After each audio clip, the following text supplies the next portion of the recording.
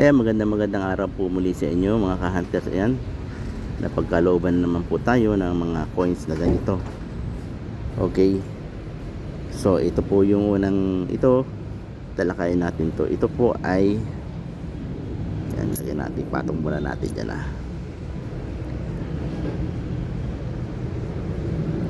Makikita nyo naman po yung karakter ng coins na ito. Yan, at saka yung sa reverse nya, at saka yung sa edge po nya. Itong edge po nito ay may kahawig doon sa quarter dollars ng US. Yan, ganyan din po siya, hati silver at saka merong kulay brown. Okay, ito po ay kung maga sa atin to, kwanto kumbaga sa atin to 5 sentimo pa ay 5 pesos, para kumbaga sa atin 5 pesos to. Ayan, ito po ay 5 bahts hindi natin alam kung kumbaga sa barya lang po sa kanila. Ayan, okay, ito po naisukli lang po kasi ito. Ito naman po, yan, ito naman po yung 20 pesos na barya natin.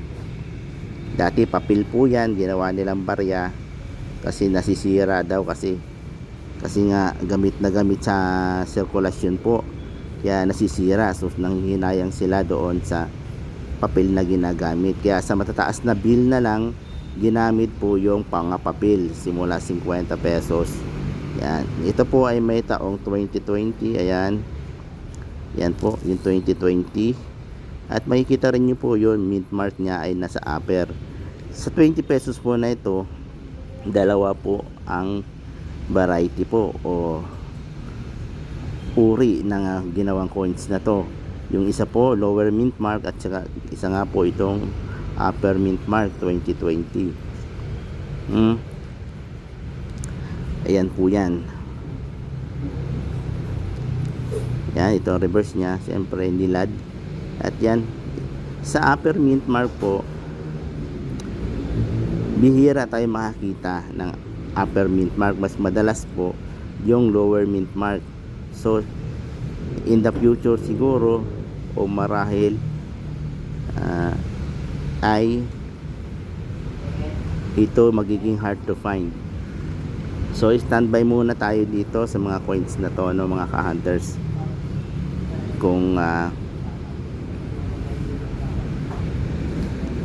magiging hard to find nga ba ito. Yan, 20 pesos na yan.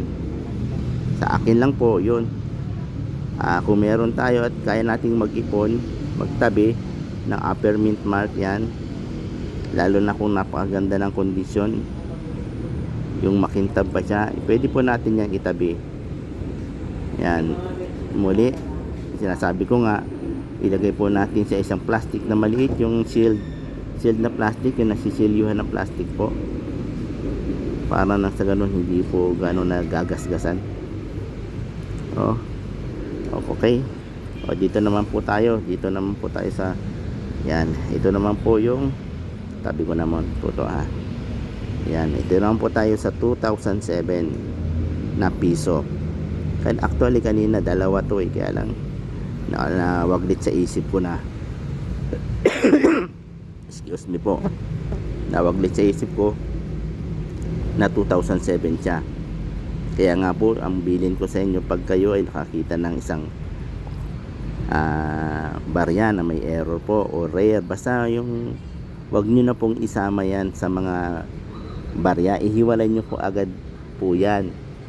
O kung maaari, wag nyo ilagay sa bulsa nyo sa harap, kasi pwede nyo idukot yan at maisukli, so mawawala po siya.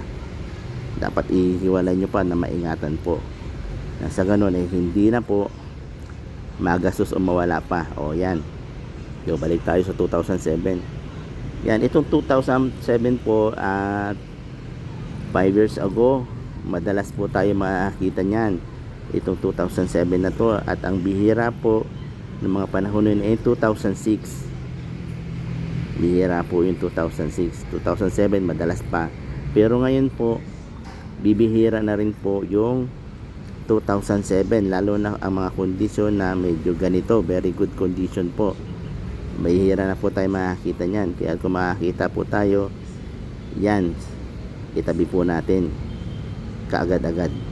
Pero kung maraming damage po siya, okay lang naman.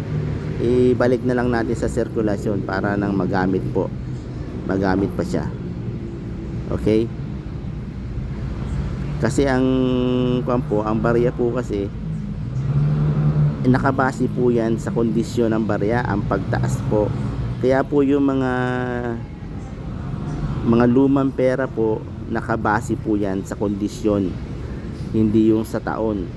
Sa taon din po kung yan po ay masyadong rare. Pag masyadong rare po yan, okay lang na medyo may sira ng konti, bibili po. Pero pag hindi po siya rare, nakabase po yan sa kondisyon ng mga barya. O ayan po, sana may matutunan po kayo. Kaya yan, laging ugaliin po nyo na ang mga barya na hawakan nyo po ay laging i-check nyo po, may error, hard to find ba ito, ganyan. Alamin nyo po kung ano yung mga rare na mga year, na mga taon, simula sa 25 centavo hanggang sa 2017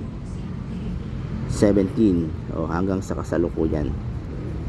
Okay, maraming po salamat. At yan, sana nakatutot may naibigay akong magandang impormasyon sa inyo patungkol sa mga bariyang ito. Maraming po salamat sa inyong patuloy na